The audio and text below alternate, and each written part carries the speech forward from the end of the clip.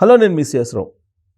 SC వర్గీకరణ అనేది దేశవ్యాప్తంగా కూడా దీని గురించి మాట్లాడుకుంటున్నారు. అయితే ఈ ఎస్సీ వర్గీకరణని ఇంప్లిమెంట్ చేసేటువంటి బాధ్యతను రాష్ట్ర ప్రభుత్వాలకి కేంద్ర ప్రభుత్వం అప్పచెప్పింది. కోర్టులు కూడా క్లియరెన్స్ ఇచ్చేసాయి. ఎస్సీ వర్గీకరణ అనేది క్రిమీ లేయర్ ఆధారంగా చేయాలి అనేది ఒకటైతే, అసలు తెలుగు రాష్ట్రాల్లో ప్రత్యేకించి తెలంగాణలో కానీ ఆంధ్రప్రదేశ్లో కానీ ఎస్సీ వర్గీకరణ అనేటువంటి దాన్ని అమలు చేస్తారా అనేటువంటిది ఒకటి వినిపిస్తోంది. దానికోసం ఎప్పటి నుంచో మందాకృష్ణ పోరాడుతూ ఉన్నారు.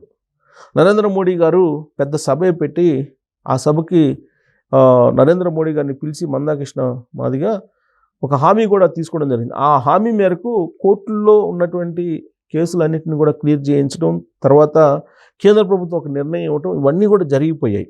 దీంతో విజయం సాధించినట్టుగా మందాకృష్ణ ఫీల్ అయిపోయారు. కానీ ఆయా రాష్ట్ర ప్రభుత్వాలకే ఈ ఎస్సీ వర్గీకరణ అమలు చేసేటువంటి బాధ్యతను కేంద్ర ప్రభుత్వం అప్పచెప్పింది.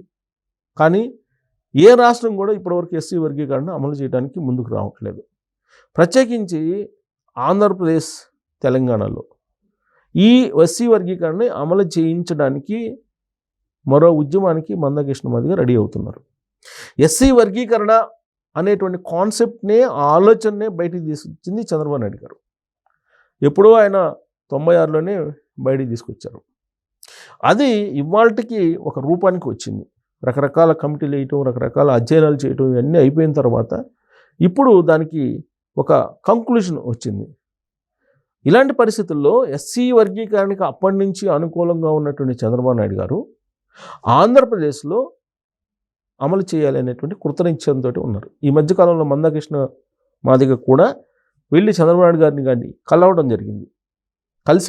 కలిసిన తర్వాత మరి రిజల్ట్ ఏంటి అంటే, ఎస్సీ వర్గీకరణని ఎలా అమలు చేయాలి అనే దాని మీద ఒక క్లియర్ కట్ ఆలోచన చంద్రబాబు నాయుడు గారి దగ్గర ఉంది.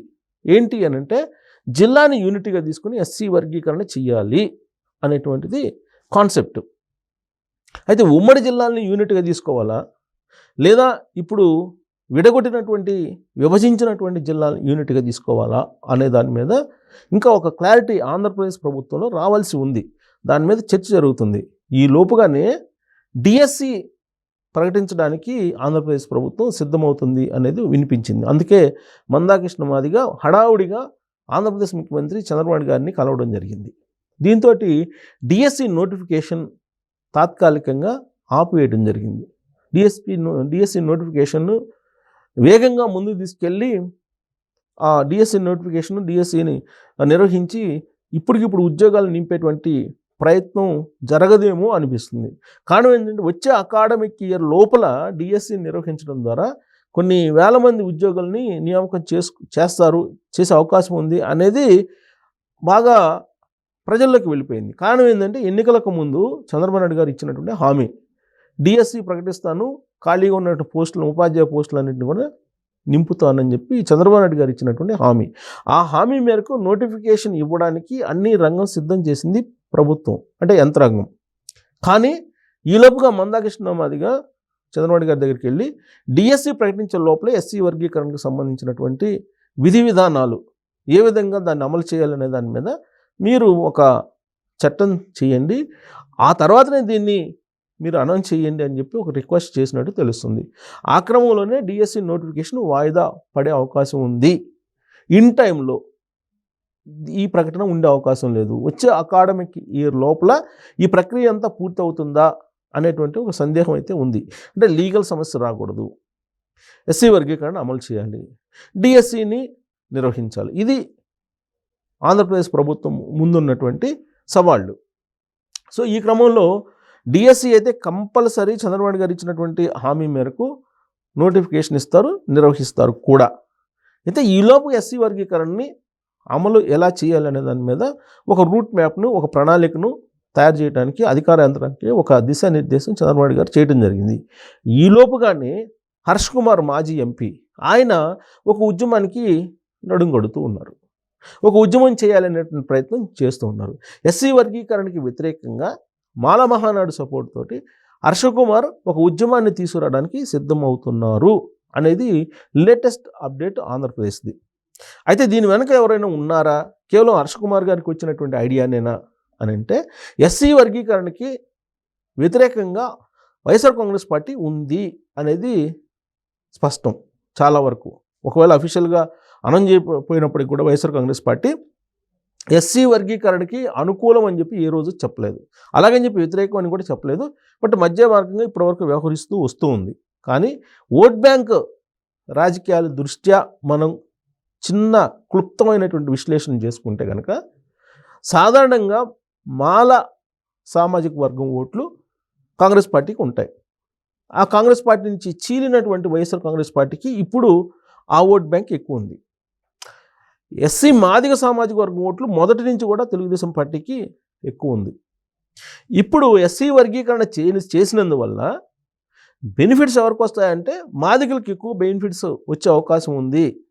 ఎన్నో తరాలుగా కొన్ని ఏళ్లగా ఎస్సీ రిజర్వేషన్లని మాల సామాజిక వర్గం ఎక్కువగా లబ్ధి పొందుతుంది, మాదిగ సామాజిక వర్గం లబ్ధి పొందట్లేదు ఆ రిజర్వేషన్ కారణంగా అనేది వినిపిస్తుంది. అందుకే ఇప్పుడు ఎస్సీ వర్గీకరణ అనేది తీసుకొచ్చింది.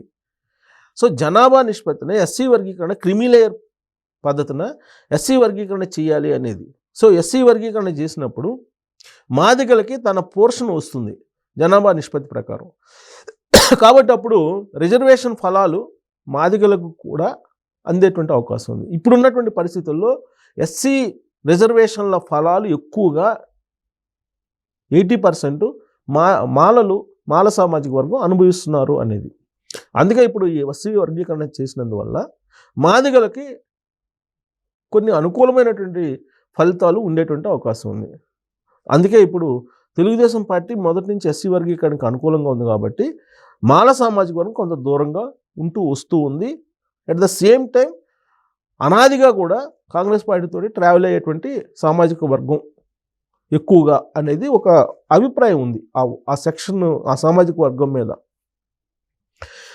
అది కంటిన్యూస్లో వైఎస్ఆర్ కాంగ్రెస్ పార్టీ వస్తుంది. అయితే ఇక్కడ మీకు Christian Mala, Christian Madiga, Christian BC, Christian Reddy, Christian Chowdary, Christian రకరకాల క్రిస్టియన్ యాదవ్, ఇలా రకరకాలుగా క్రిస్టియన్స్గా మారినటువంటి వాళ్ళు, కులాలకు సంబంధం లేకుండా మతం మార్చుకున్నటువంటి వాళ్ళు అనేక మంది ఉన్నారు. ఇక క్రిస్టియన్ మాల అంటే సాలిడ్గా వైఎస్ఆర్ కాంగ్రెస్ పార్టీకి ఉన్నట్టు ఓట్ బ్యాంక్గా భావిస్తూ ఉన్నారు. ఇప్పుడు అలాంటి ఒపీనియన్ ఉంది సమాజంలో. అంటే 100కు 100% ఉందంటే కాదు, కానీ మెజారిటీ ఉంది. సో ఇలాంటి పరిస్థితుల్లో ఎస్సీ వర్గీకరణ చేస్తే మాల సామాజిక వర్గం ఇప్పుడు కొంత తెలుగుదేశం పార్టీకి అనుకూలంగా ఉంది, అది కూడా నష్టపోయేటువంటి అవకాశం ఉంది. అయితే ఈ లాభ నష్టాలకు అతీతంగా సామాజిక ఈక్వేషను లేదా సమాజంలో ఉండే అసమానతలను తొలగించడానికి చంద్రబాబు నాయుడు గారు ఎప్పటి నుంచో ఆలోచిస్తున్నారు. ఎస్సీ వర్గీకరణ అమలు చేయడం ద్వారా అట్టడుగు వర్గాల్లో బాగా అడుగున ఉన్నటువంటి మాదిగలకు న్యాయం చేయాలనేది ఆయన కాన్సెప్ట్. అందుకే దాన్ని అమలు చేయడానికి సిద్ధపడుతున్నటువంటి తరుణంలో హర్ష కుమార్ గారు ఉద్యమానికి సిద్ధమవుతున్నారు. దీని వెనుక వైఎస్ఆర్ కాంగ్రెస్ పార్టీకి సంబంధించినటువంటి వ్యూహం ఉంది అనేది కూడా ఒకటి ఇప్పుడు తాజాగా వినిపిస్తూ ఉంది. ఒకవైపు ఉద్యోగులను తెర వెనుక వైఎస్ఆర్ కాంగ్రెస్ పార్టీ రెచ్చగొడుతుంది అనేటువంటి ఒక ఒపీనియన్ ఈ మధ్యకాలంలో రాజకీయ వర్గాల్లో బాగా చర్చ జరుగుతుంది. దీనితో ఇప్పుడు ఎస్సీ వర్గీకరణకు సంబంధించి హర్ష కుమార్ వెనక ఉండి మొత్తం వైఎస్ఆర్ కాంగ్రెస్ పార్టీ కథ నడిపించేదానికి సిద్ధమైంది అనేది లేటెస్ట్గా వినిపిస్తోంది రాజకీయ వర్గాల్లో. ఇలా అన్ని వర్గాల్లో ప్రభుత్వానికి వ్యతిరేకంగా మొబలైజ్ చేయడం ద్వారా రాబోయేటువంటి ఎన్నికల్లో లబ్ధి పొందాలనేది వైఎస్ఆర్ కాంగ్రెస్ పార్టీ యొక్క ఆలోచన అని చెప్పి కూడా కొంతమంది చర్చించుకుంటున్నారు. సహజంగా ఏ రాజకీయ పార్టీ అయినా అంది వచ్చినటువంటి అవకాశాన్ని అనుకూలంగా మలుచుకునే దానికి ప్రయత్నం చేస్తూ ఉంటుంది. అలాంటి ప్రయత్నం బహుశా వైఎస్ఆర్ కాంగ్రెస్ పార్టీ చేయటంలో పెద్దగా ఎవరు విభేదించాల్సినటువంటి అవసరం కూడా ఉండకపోవచ్చు. బట్ ఇది ఎస్సీలకు సంబంధించిన అంశం కాబట్టి దీన్ని కొంచెం బ్రాడ్గా ఆలోచిస్తే కనుక హర్ష కుమార్ చేయబోయేటువంటి ఉద్యమానికి మరి ఆ పార్టీ అనుకూలంగా ఉంటుందా, లేదంటే తెర వెనుక ప్రోత్సహిస్తుందా, లేదంటే డైరెక్ట్గానే ప్రోత్సహిస్తుందా అనేది ఒక అంశం అయితే, చంద్రబాబు నాయుడు గారు మాత్రం క్లియర్గా ఎస్సీ వర్గీకరణ అమలు చేయడానికి ఆయన సిద్ధపడ్డారు. దానికి సంబంధించిన రూట్ మ్యాప్ను అయితే తయారు చేస్తున్నటువంటి క్రమంలో ఈ డిఎస్సి అనేది ఈ సంవత్సరం ఉండే అవకాశం ఉందా, లేదంటే అది పోస్ట్పోన్ అయ్యేటువంటి అవకాశం ఉందా? అది పోస్ట్పోన్ అయితే కనుక హర్ష్ కుమార్ గారు ఉద్యమం చేస్తే కనుక ఏం జరగబోతుంది ఆంధ్రప్రదేశ్లో అనేది